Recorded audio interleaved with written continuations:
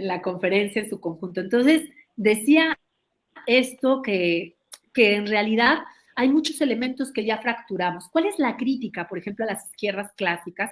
Pues que son izquierdas que justamente no, o sea, por un lado en su crítica a la opresión de clase, replican las lógicas coloniales, patriarcales, ¿no? No logran hacer una ruptura más amplia de ese tejido que se constituye con esta articulación entre opresiones múltiples de clase, raza, género, etnicidad, etcétera. O sea, el desafío que tenemos hoy es justamente hacer estos quiebres desde miradas que no repliquen no solamente las jerarquías de clase, sino que no repliquen las lógicas y los discursos de dominación de raza, de género, de etnicidad, de heteronormatividad obligatoria. O sea, tenemos la posibilidad de una construcción de narrativas de liberación, de emancipación, que se desplacen de esos principios organizadores del orden civilizatorio moderno, que nos obligan a una mirada a otra. Aquí lo relevante es que existe una larga trayectoria en América Latina de luchas, muchas de ellas encabezadas por mujeres o de las que han participado también mujeres, que nos hablan de que sí se puede construir otra narrativa, otra crítica, otra opción, y que además se ha hecho desde la acción, ¿no? Evidentemente es muy importante teorizar, bueno, si no, yo no estaría en este lugar también planteando lo que he planteado, pero esto tiene que ir acompañado del reconocimiento de la acción en términos de construir otro tipo de existencias plenas. Y esto tiene que ver con las apuestas por la vida, ¿no? Donde el debate, por ejemplo, del pensamiento descolonial o del giro, de la crítica descolonial, de las críticas feministas del sur, del buen vivir, por ejemplo, y de otras apuestas de la comunalidad, pueden empezar a dialogar y generar un terreno que nos permita tener una otra concepción de lo político, del Estado, ¿no? De las relaciones humanas, ¿no? Que nos permita construir otro horizonte civilizatorio. Creo que ese es el desafío. Y ahí tenemos que estar las mujeres, pero no solo nosotras. También tiene que estar la diversidad sexual, tiene que estar las poblaciones indígenas, tiene que estar poblaciones urbanas. Es decir, tenemos que empezar a darnos un lugar donde sabemos que este mundo pues es un mundo con una gran pluralidad. Lo que decís sobre el Abya Yala también es aplicable, yo pienso, por ejemplo, en toda la gente en el África, en el Asia, en los demás continentes. Yo creo que hay todo un trabajo también ahí de decolonización que hacer con respecto al tema de género. Sí, bueno, una de las críticas que se ha planteado a la categoría de género es que nosotras, o sea, toda categoría es como una lámpara que alumbra, pues, o que intenta alumbrar una realidad, es decir, un cuarto oscuro. Pero yo no puedo con una sola lámpara iluminar todo un cuarto, solo ilumino una parte de ese cuarto. Entonces yo necesito otro tipo de lámparas, un conjunto de lámparas, digamos, que puedan alumbrar, digamos, de manera más amplia ese espacio oscuro, ¿no? Entonces, claro, el problema con la categoría de género es que es una categoría que en aislado, pues solamente visibiliza una realidad.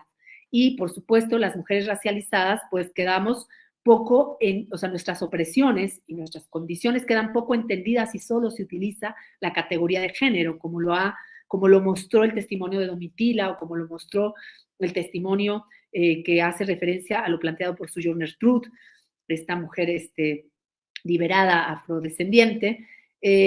O sea, el problema con la categoría de género es que ha sido utilizada, o la perspectiva de género, utiliza una mirada donde muchas mujeres quedamos fuera de la explicación de las opresiones, ¿no? Porque la categoría de género no es suficiente para entender la realidad de las mujeres racializadas. Tenemos que concatenarla y articularle al problema de clase, al problema de raza, al problema de etnicidad, al problema de heteronormatividad obligatoria. O sea, necesitamos tener miradas que entiendan la multiplicidad de opresiones que nos atraviesan. Entonces, bueno, hay una crítica a la categoría de género, pero sobre todo a la perspectiva de género que apela a una sola mirada para dar explicaciones que no son suficientes para entender las realidades que vivimos muchas mujeres, ¿no?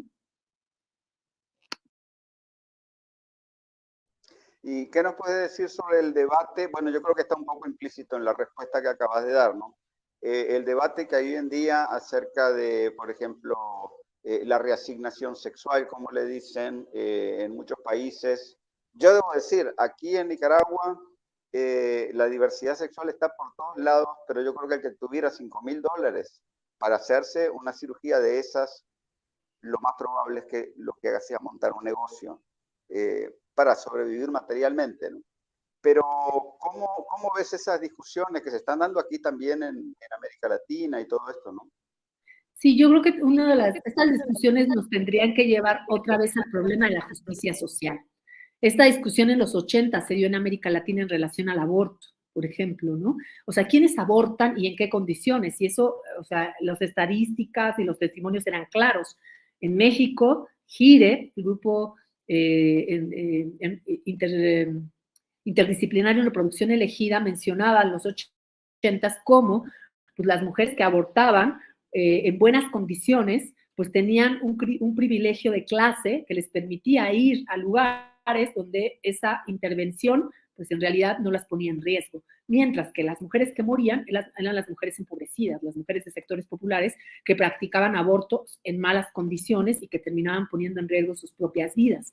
El problema del aborto se empezó a discutir como un problema de justicia social, ¿no? Por ejemplo, el tema de la reasignación de género y sexual es un tema que tiene una gran beta de discusión, pero desde el debate colonial creo que se han dado elementos importantes. María Lugones, una de las tantas teóricas de los feminismos descoloniales, plantea, por ejemplo, que acompañado de una discusión con una mujer nigeriana, o sea, recupera de una mujer nigeriana que se llama Oyeronke Oyewomi y de una mujer indígena cherokee que se llama Paola Gunn Allen, plantea la idea de que el género es una imposición colonial. El género como lo conocemos hoy y como se estructura hoy en el orden moderno civilizatorio, que es un género constituido bajo una lógica de dimorfismo sexual, es decir, de dicotomía hombre-mujer. En el mundo cherokee, por ejemplo, existía el tercer espíritu. Y en el mundo yoruba, si nosotros registramos el panteón yoruba nigeriano, lo que vamos a encontrar es que la construcción genérica es muy diversa. Por ejemplo, el padre de todos los orishas, llamado Santos, en esa religiosidad ancestral africana, era un hombre, o no era un hombre, porque no era un hombre, era un orisha, el padre de los orishas, llamado Santos, era un orisha súper femenino, súper protector, mientras que la madre de todos los orishas era una guerrera, hoy le atribuiríamos una condición masculina. Y si hacemos una revisión por ese panteón, digamos, mitológico, lo que vamos a ver es construcciones genéricas muy diversas, no fijas, que por supuesto tienen un impacto en las prácticas sociales, pues de una religiosidad que reconoce esa multiplicidad de construcciones de género, ¿no?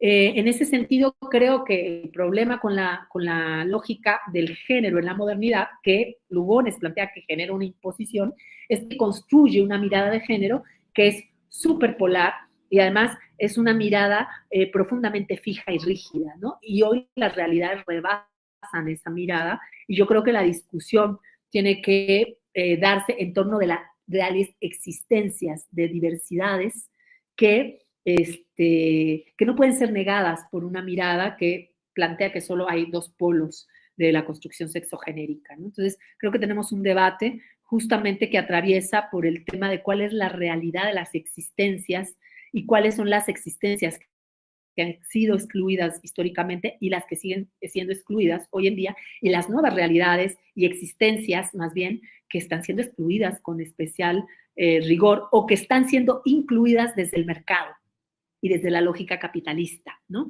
O sea, creo que tenemos el desafío de discutirlo con más profundidad. Bueno, Karina, nada más nos resta agradecerte por esta charla, por esta conversación, la oportunidad de discutir estos temas contigo y estoy seguro de que vamos a volver en el futuro sobre estos temas que son tan importantes para nuestros pueblos. Seguro, es un tema pendiente desde hace 500 años. Entonces ya, Karina, o sea, ya Karina, entrado. Karina, un tanto un aporte de nuestra realidad, ¿verdad?, nacional.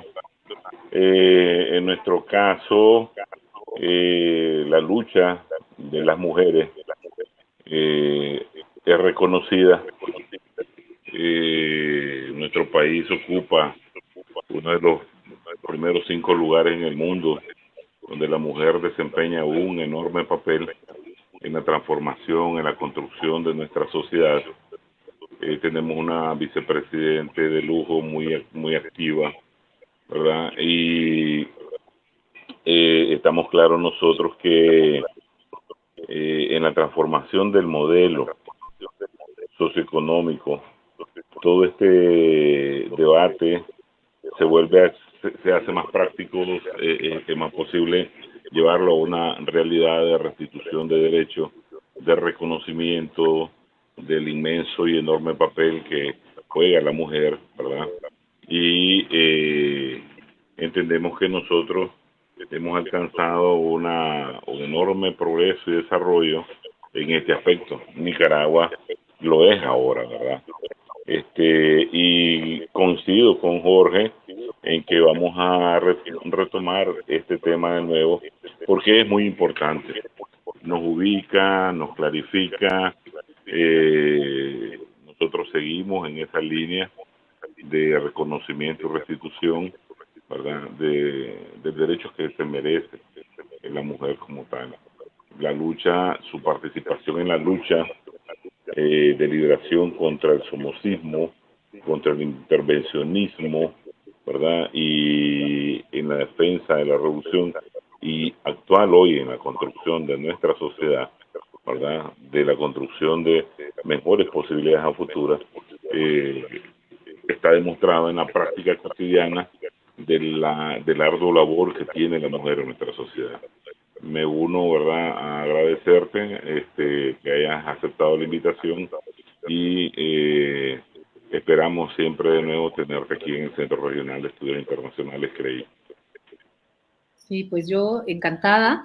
Bueno, no quiero dejar tampoco de lado este comentario porque me parece que tenemos desafíos importantes. Es decir, sin duda la restitución de derecho a las mujeres es un puerto importante por el cual tenemos que transitar, pero no es el fin último. Es decir, ese simplemente es el inicio. Yo recuerdo, y siempre lo pongo en la conversación, una discusión hace casi 20 años, un poco más, entre mujeres mayenses de Guatemala.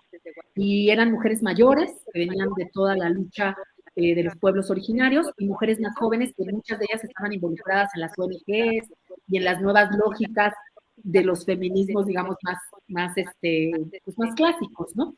Y yo me acuerdo que las mujeres mayores mayas hablaban de la dualidad, del principio de dualidad y de complementariedad. No dualidad como dicotomía, sino de complementariedad que había en la cosmovisión maya. Pero las jóvenes decían, mucha dualidad, mucha complementariedad, pero en las comunidades los matan a palos. Y ambas tenían razón. Ambas tenían razón. Parecía que podía ser un diálogo de sordas, pero no. 20 años después me tocó ver la conversación también entre mujeres mayenses y me di cuenta que esa conversación las había alimentado. Pero lo que quiero decir con esto es que nosotras, si bien es importante que lleguen mujeres a los ámbitos del poder, que haya una restitución de derechos, porque ese es nuestro punto de partida. Pero necesitamos desentrañar esas lógicas coloniales, androcéntricas y patriarcales que se siguen reproduciendo incluso en los espacios alternativos y en los discursos de los gobiernos progresistas.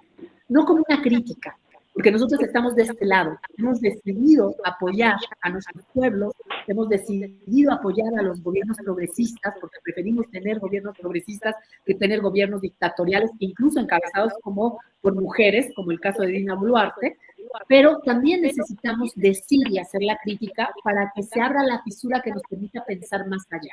La invitación es esa, compañeros, que vayamos más allá, que reconozcamos la restitución como punto de partida y no como un punto de llegada.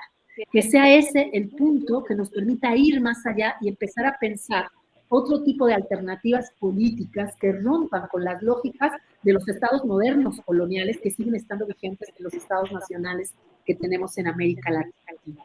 Creo que esa es parte de los retos y esa es la invitación que vamos a hacer siempre las feministas, que estamos y nos sentimos comprometidas con la movilización social, con los gobiernos de izquierda, pero que también vamos a ser críticas, a veces, muchas veces, para que podamos ir más allá, para que podamos romper esas barreras.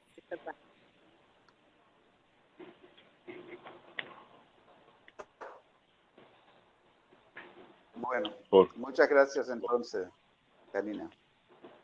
Hasta la próxima. Gracias a ustedes, compañeros, un placer. Saludos.